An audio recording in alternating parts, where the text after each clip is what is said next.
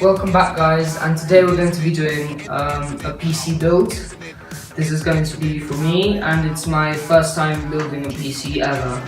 And the parts I chose were the Maximus 9 Hero motherboard, the GTX 1060 graphics card, the RM 650X power supply, a Bequiet Purebase 600 case, Core i7 7700K, 32 gigs of Vengeance LPX DDR4 RAM, 1TB of hard drive storage WD Blue, and 500 gigs of SSD storage. And this motherboard has only one USB 2 header, so I'm going to be using a hub. And for a CPU cooler, I'm going to be using the Zalman CNPS 10X Performa Plus. So the first part of building your PC is the motherboard, and the most essential bit of that is the CPU.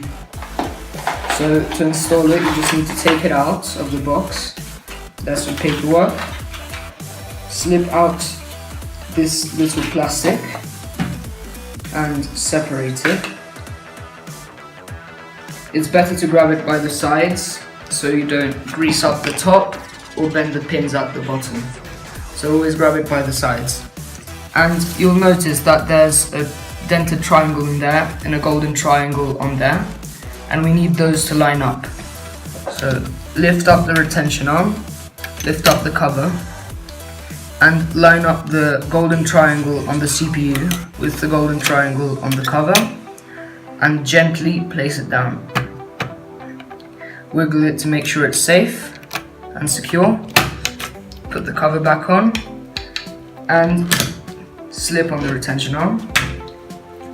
This is the plastic cover. It should pop off, and leave it in your motherboard box later. If it ever gets damaged, you can send it back. So that's the CPU installed, and now we need to install the RAM. I've got 32 gigs of Vengeance LPX RAM, so you just need to take it out, pop off the plastic cover, take out the ECCs, and these are the RAM slots. Because I only have 2 sticks, I'm going to be using the light grey ones. So I pulled back the tabs on the sides, and see there's a little notch in there and a little bump in there. You need to line it up and push it in until it clicks on both sides. And you just need to do the same with the other one.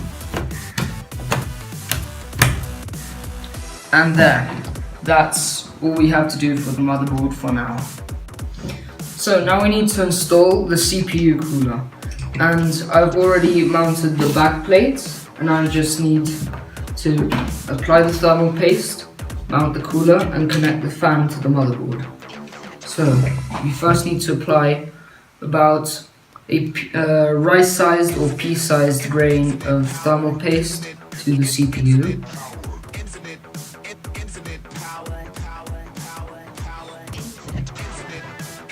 And then making sure the fan is going to be blowing hot air towards this end, we need to place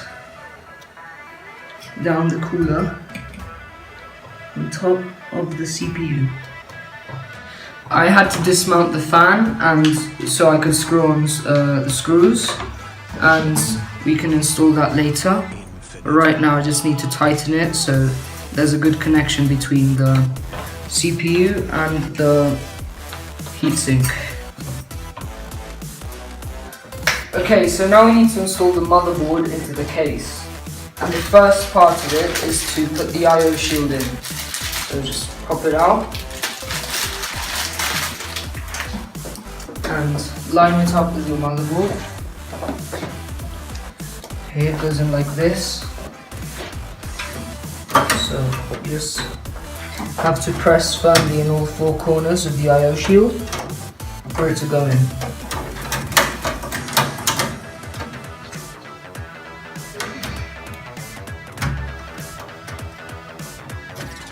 Okay, so now we need to put the motherboard into the case, because this already has the standoffs pre-installed. So you just need to lift the motherboard and align it with the little screws, the standoffs that are on the board, on the case. Once it's aligned, you just need to take the included screws with the case and look for all these little holes. The middle one will have a nubbin along all of the case, and you just need to screw them in. So now we're on to the graphics card installation. So first you have to take off this protective thing from the connector, and now you're ready to plug it in. You need to plug it directly into the motherboard, and you need to push down this clip. And you also, before installing it, you need to remove these PCI covers over here, so the card will fit and you can access its I/O. Now that you've taken off the covers, you have these and the screws. You're going to need the screws to secure the graphics card, but align it with the slot and push it in until you hear a click.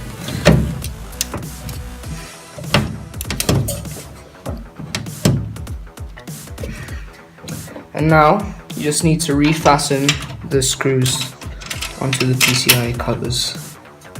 Now that the graphics card is installed, we need to put in the power supply and connect everything. I've already connected everything that needs power to the power supply, and now I just need to screw it in. So,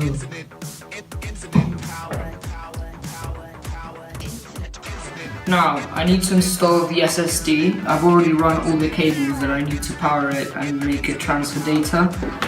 This is one and this is the other one. And the SSD mounts are here, so we're going to dismount it and screw it on. I'm going to screw the SSD to the mount, and then I'm going to screw it back on and connect everything. Now that the SSD is installed, I need to take out this hard drive cage so I can install the hard drive.